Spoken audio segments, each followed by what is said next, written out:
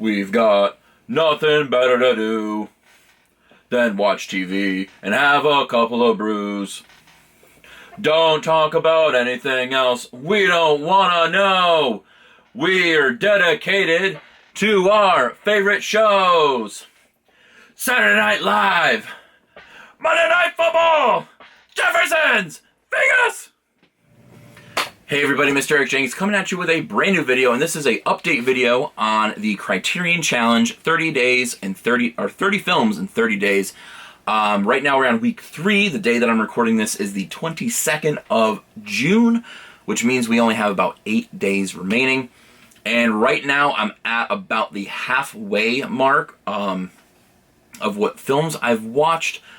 I'm behind, and I will say I don't think I'm going to make the 30 film deadline in 30 days because I do have a vacation coming up at the end of June, and I got to get some stuff done for that. And I also I'm starting my other job back up full time, so I don't have as much time as I thought I did last week.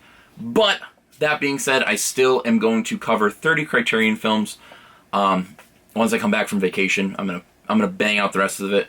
My goal, my benchmark goal, bottom of the totem pole, is to get at least 20 films done in the 30 days. I don't know, I'm just shuffling kids along that have been, skipping school and just get them onto the graduation stage. I get it. It's not I should have done 30 films. It's just been very difficult. Time management has been a bummer. I've had a lot of things going on in June. We just finished school, so that's good. I have a little bit of time. There was one day I crushed like 3 movies, and I was like, oh yeah. But that being said, you guys don't want to hear about my personal life. Let's get into the stack. We got a solid stack. Not gonna lie, a solid stack of films. A lot of them I haven't seen before, but some I have, and it was great to revisit these films. I want to thank everybody for the recommendations in the comments and in real life. I appreciate y'all a lot. Let's get into what we watched, shall we? Starting arf, bone dun dun. Arsenic and Old Lace. If you watched last week's episode, you might have heard that I tried to watch this and fell asleep. I finished it. I went and rewatched it that night. Loved it. I don't want to spend a lot of time on this, but it was a phenomenal, over-the-top screwball comedy play. If you like screwball comedies from the 30s and 40s, definitely give this a watch. It was very, very well done.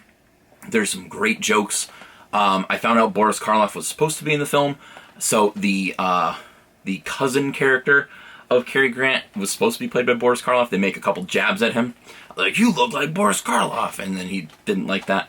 I'm putting this in my rankings as number 3. Not the best, not the worst. None of these films are bad, but this was the 3rd best film that I saw, right smack dab in the middle. Next up is FV. FV gave me a wonderful recommendation, so thank you, FV. Finally did it. It was real rough. Double feature of Come and See, a Russian anti-war film that's very, very tragic, in the Circus, a 1928 slapstick comedy of Charlie Chaplin. So thank you, FP, for the wonderful recommendation. Come and See. Holy crap, number 1. This is the best film I saw. Good night, everybody.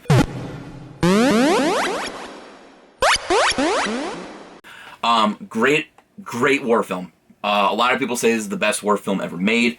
Some people say this is in the top 20 films of all time. It depicts a young Belarusian boy who digs up a old rifle that was in the sand, and this guy basically tells him, "Don't do that. You're gonna get in trouble in the long run." And there's a recon plane circling, and they notice him. He gets picked up into this war camp to basically fight the Germans with his other people in the villages. That little kind of terrain gets bombed, and he is forced back to go to his village. He finds out that his parents are dead, and I don't want to get into too much more because this is a film that I think should be watched. It's very, very difficult to watch. There's a lot of emotion, and it's a lot of facial emotion. And you see this boy, he's in his early teens, age before your own eyes. He becomes an old man. Like, just the stress, the wrinkles in the forehead, the bags under his eyes, just how defeated he looks.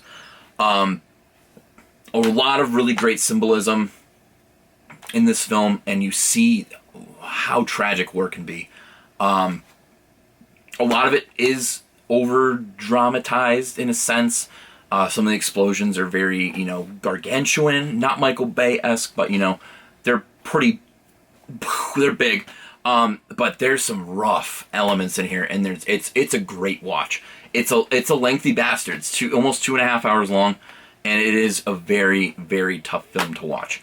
But if you are into war films and have the time and patience for this film, throw your phone in the other room, turn it off, and just throw this on. It is a huge movie. Definitely see it. And there's a lot of biblical references in here. The film itself, Come and See, comes from Revelations. And it kind of plays out in chapters like Revelations. So definitely give this a whirl. And when it comes to war films, the second best one of all time, The Circus, Charlie Chaplin, a wonderful war critic. Well, he kind of is, actually. But not in this film. 1928 silent film, The Circus. I think, if I remember correctly, this was around the time his mother passed. So Chaplin was going through my man Charlie was going through it during this film. And I will say this is my least favorite of the silent films that are from the Criterion collection. I prefer The Gold Rush or Modern Times, but it's nice that somebody kind of was giving this a recommendation, and it deserves to be watched. If you like slapstick comedy, if you like silent slapstick, this is wonderful. And it basically has a mistaken identity, just like The Great Dictator. A guy, pickpocket, steals a wallet, throws it in the tramp's pocket, and the police search him. Oh crap, there's his wallet. And then a chase ensues, the classic, running up and down the stairs, blah, blah, blah. But it's in a fun house, so it makes sense. It comes out of the fun house, runs into the big top, and a big scene happens in front of a live audience. The audience is dying laughing.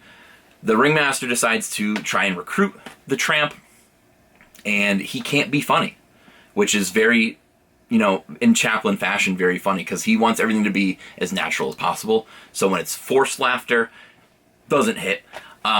Sadly, so he kind of has to get into scenarios that make people laugh.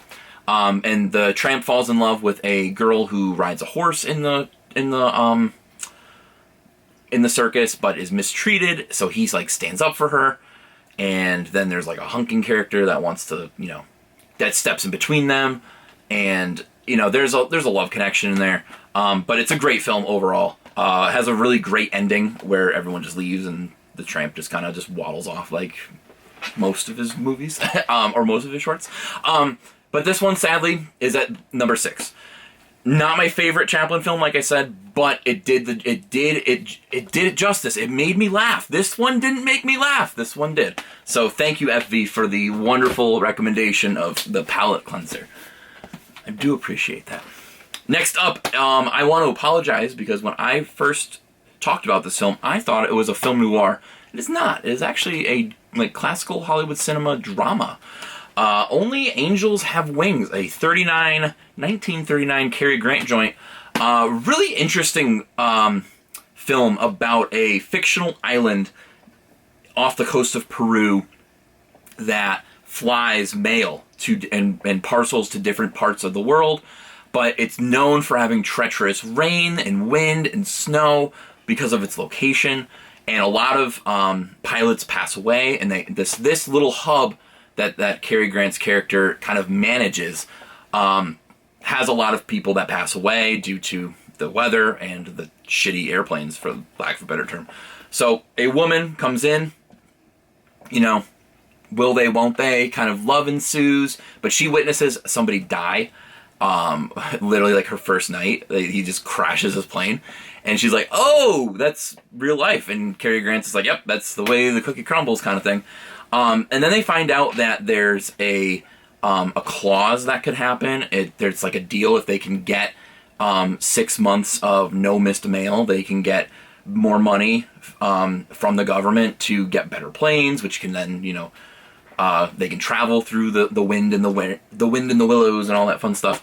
But then, of course, in typical Hollywood cinema fashion, halfway through the film, Cary Grant's ex-lover shows up through the door. Boom! In this little place in Peru. What? And in tow is this guy, and everyone's like, who the heck's this guy? Oh, we know exactly who he is.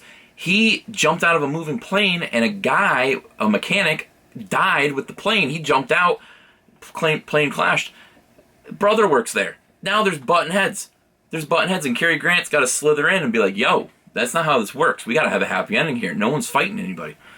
And then they make it to the end of the... they make it to the last day. You know, there's this girl over here that's making eyes. Cary Grant's making eyes. This other girl's making eyes. She doesn't want him to leave. And sure enough, they have to make cool heads prevail. They have to make this flight the last day, or they will shut down the whole business, which will leave a lot of people unemployed. And, you know, I'm not going to give away the ending, but I'm pretty sure you can figure it out. Somebody gets shot, actually. Spoiler alert, somebody gets shot. So, yeah, really great film. If you haven't seen, or if you're kind of in the mood for like a nice classical Hollywood cinema drama style film, and you're, you know, watch Casablanca too many times, check this one out. 2 years prior, and they have some really great flight sequences in here. So definitely check that one out. I'm putting that one in the number... I'm going to put it in the number 5 spot. It was good, but it wasn't... I preferred Arsenic and Old Lace over it, but I'm going to throw it in the number 5 spot. Next up, we've got Repo Man, a 1984 sci-fi black comedy classic, recommended to me by Mr. B, so thank you, Mr. B. Alex Cox Joint did Sid and Nancy, so staying in the punk rock realm. Has a character named Otto, played by Coach Bombay of Mighty Ducks fame. Punk rock guy, gets fired from his job. He sees his girl sleeping with another dude. There's some like really funny like symbolism of, you know, like big companies and big organizations, and all the food labels are just like generic white with just like food, beer, whiskey. Like there's like no labels or anything like that. And there's like a big televangelist thing that's happening, and like the parents are like hypnotized by it. So very, very like 80s feel. Great soundtrack, by the way. So if you like 80s like hardcore and punk, Circle Jerks are in this film. So if you like that type of music, there's a really funny joke where they're in their like mid 80s vibe where they're like wearing suits and ties, and they're playing like a lounge, and he's like, I used to like these guys. But there's a subplot. So anyway, hold on. I'm thinking about Circle Jerks too much. So the basic plot for Otto is he loses his job, and then he has to get another job. And he gets picked up by this guy, and he's like, hey, I need you to help move this car for me. And turns out he's a repo man, and he loves the way that he works. And he gets hired. And it's funny because it toes the line of, like, you know, anti-authority, but this is legal stealing.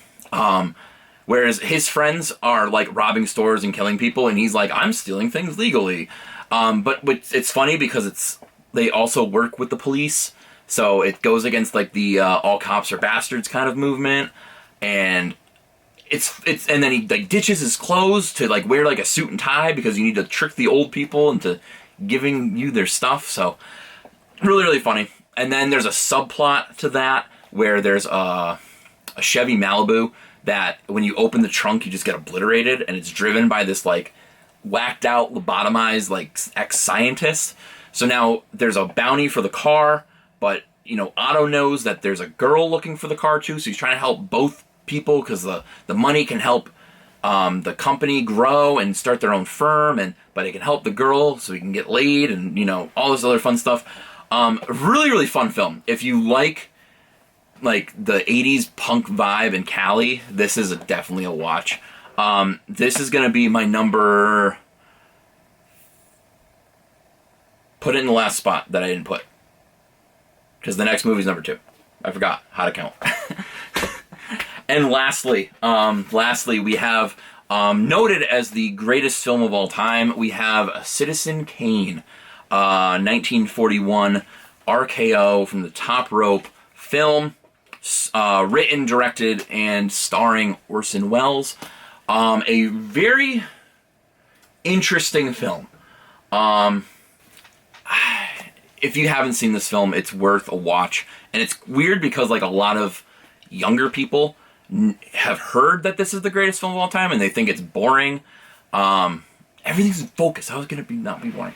But you know, it's a you know, film that's making fun of, you know, a biographical character, William Randolph Hearst, who was a big media tycoon back in the early 1900s.